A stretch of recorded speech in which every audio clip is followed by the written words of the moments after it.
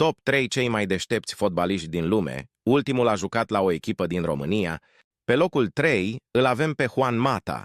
Juan Mata, mijlocașul spaniol care a jucat pentru cluburi mari precum Chelsea și Manchester United, nu doar că impresionează pe teren, dar este și foarte inteligent. Cu o diplomă în marketing și o alta în științe sportive, Mata are o avere estimată la aproximativ 50 milioane de euro.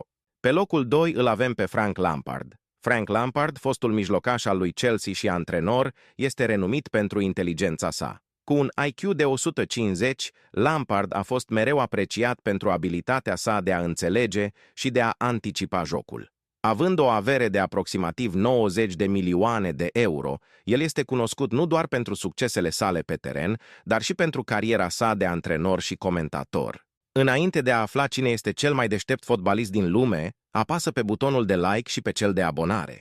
Pe primul loc îl avem pe Gerard